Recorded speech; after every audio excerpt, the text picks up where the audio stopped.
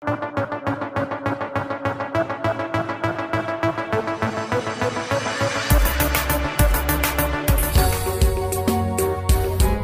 from around the globe. Hot, fresh, balanced and objective. On Unity. Hello and welcome to News Hour on Unity TV. Today is Friday, the 10th of March 2023, and it's equivalent to 17th of Sha'ban 1444 after Hijrah. The headlines. Tinubu's victory stands. Presidency replies PDP. Labour Party orders. Wike vows to chase Atiku and Ayu out of PDP. Cash crunch worsens as Nigerians wait on Buhari. On the foreign scene, 6 dead in shooting at Hamburg Jehovah's Witness Center, local media. And in sports, Manchester United back in track after heavy defeat to Liverpool. And those were the headlines. And for details and more of the stories, I am Rukayet Sani Ibrahim. The presidency has said despite alleged irregularities and harsh criticism of the Independent National Electoral Commission (INEC), the results of the February 25 presidential National Assembly elections still stand until otherwise proven in court. It also ruled out any possibility of annulling the presidential elections as was done on June 12, 1993. Advising aggrieved candidates of the opposition parties to pursue redress in court instead. The senior special assistant to the president on media and publicity, Garba Shehu, revealed this in a piece of chronicling key takeaways from the president's recently concluded trip to Doha, Qatar, when he attended the 5th United Nations Summit on Least Development Countries. According to the presidency, however, Buhari remained reticent about INEC's criticism by wishful thinkers because he had long decided not to take any decision that would undermine the electoral process. On Tuesday, it was reported that the president spoke with the Iranian Vice President Mohsin Mansouri, calling for the continued economic cooperation with the next administration, especially in the sector of energy, infrastructure, and culture. Rivers State Governor Nyesom Wike has vowed to chase the presidential candidates of the People's Democratic Party (PDP), Alhaji Atiku Abubakar, the national chairman of the PDP, Iyorchia Ayu, and some other leaders of the party out of the PDP. Governor Wike made the vow at the commissioning of a road project in Iwekere local government area of Rivers State on Thursday. Wike blamed the loss of the PDP in the just concluded presidential election on those who, he said, refused to obey the constitution of the PDP. He promised to chase them out of the party and start the process of rebuilding it. The governor described the move as the second phase of the war. Wike also slammed the leadership of the PDP for accusing the chairman of the Independent National Electoral Commission, INEC, of not following election guidelines when they, PDP, allegedly refused to follow the party's constitution. He further mocked the PDP leaders for staging the protest against INEC, describing the party leaders as student union. The widespread rejection of the old 500 naira and 1000 naira notes, which persisted yesterday, was worsened by banks' refusal to accept deposits of the notes without registration on the Cash Return Portal, CRP, of the Central Bank of Nigeria, CBN. Investigation revealed that banks cannot accept deposit of all notes from customers until the CBN suspends or eliminates CRP registration of all notes deposits. Although banks are giving out all 500 naira and 1000 naira notes, they are not allowing customers to freely deposit the notes into their bank accounts. Meanwhile, the widespread rejection of the old notes, coupled with the scarcity of 200 naira, 500 naira and 1000 naira notes, has worsened the ongoing cash crunch.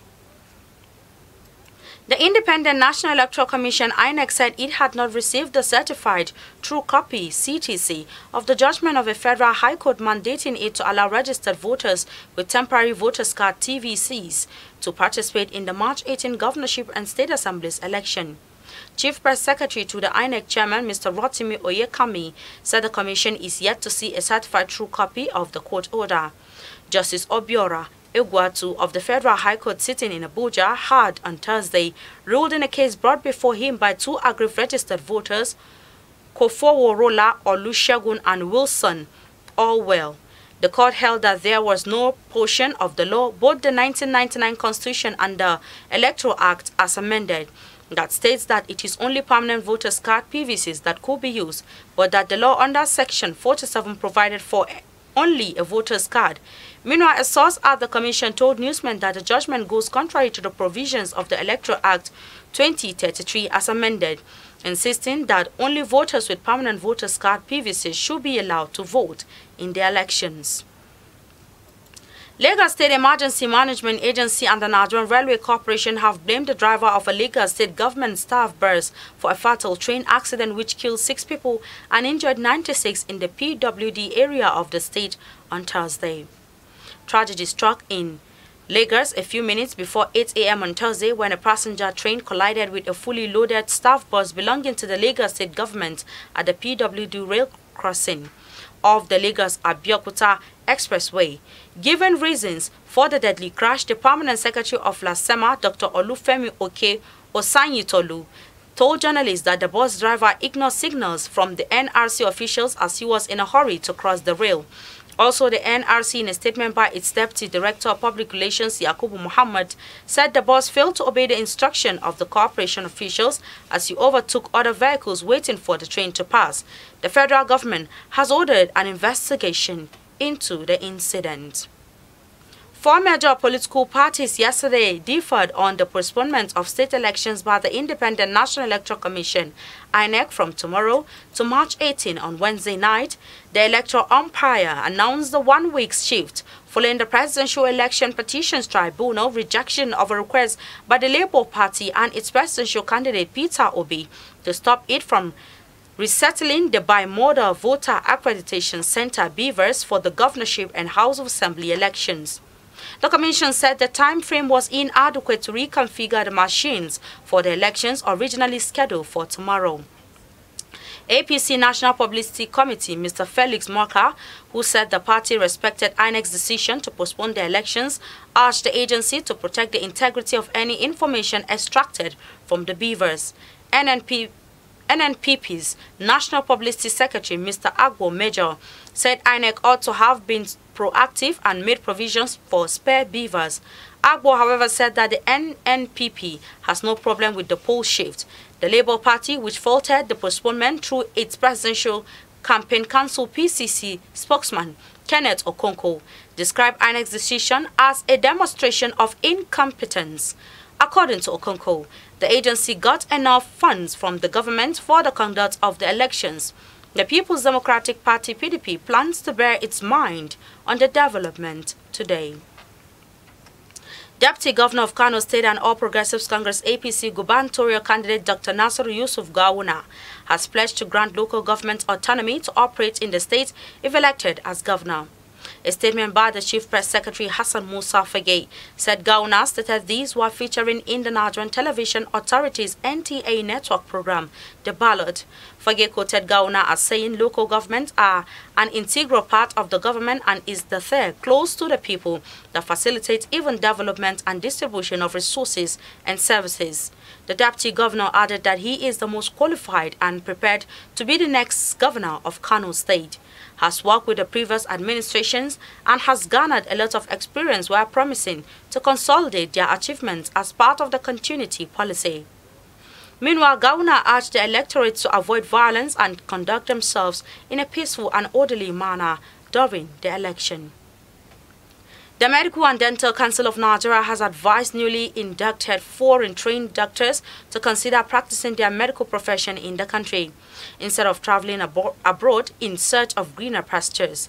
The MDCN said many of the doctors who had migrated to other countries are currently regretting their action, given the discrimination they face in the workplace.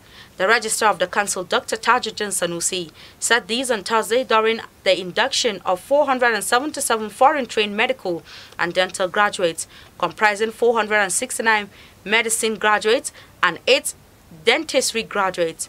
The Minister of Health, Dr. Osage Ehanere, who was represented by the Director of Planning, Research and Statistics of the Ministry, Dr. Ngozi Azodu, lamented the mass exodus of doctors and urged the inducted doctors to render selfless services to patients. On the foreign scene, a deadly shooting erupted at the Jehovah's Witness Kingdom Hall in Hamburg on Thursday evening, leaving several dead, according to police. At least 6 people are dead and 7 people injured, CNN affiliate RTL NTV reported. The incident in the northern German city occurred around 9 p.m. local time, and there are one or more unknown assailants, Hamburg police said in a statement. A police spokesperson said that the authorities are investigating whether the shooter is among the several people found dead in the building. There is no confirmed information on the motive for the crime, police said on Twitter, as they urge people not to share any unconfirmed assumptions. The spokesperson said police are treating the shooting as an isolated incident. Hamburg Mayor Peter Schätzler expressed his deepest sympathy for the relatives of the victims, calling the reports of the incident shocking on Twitter. And in sports, Manchester United got back on track with a 4-1 victory over Real Betis in the first leg of the Europa League round of 16 clash at Old Trafford.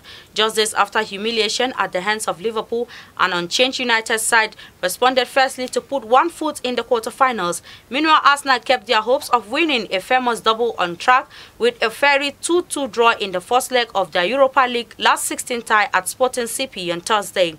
The Gunners took the lead, went behind and fought back to ensure it ended all square at Estadio Jose Alvalade in a 4-goal encounter high on drama.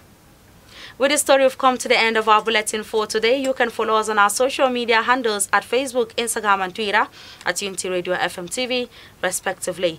You can also follow us live on our YouTube channel at Unity FM TV. I am Ruqayyat Sani Ibrahim. Thanks for watching and enjoy the rest of our programs. Unity.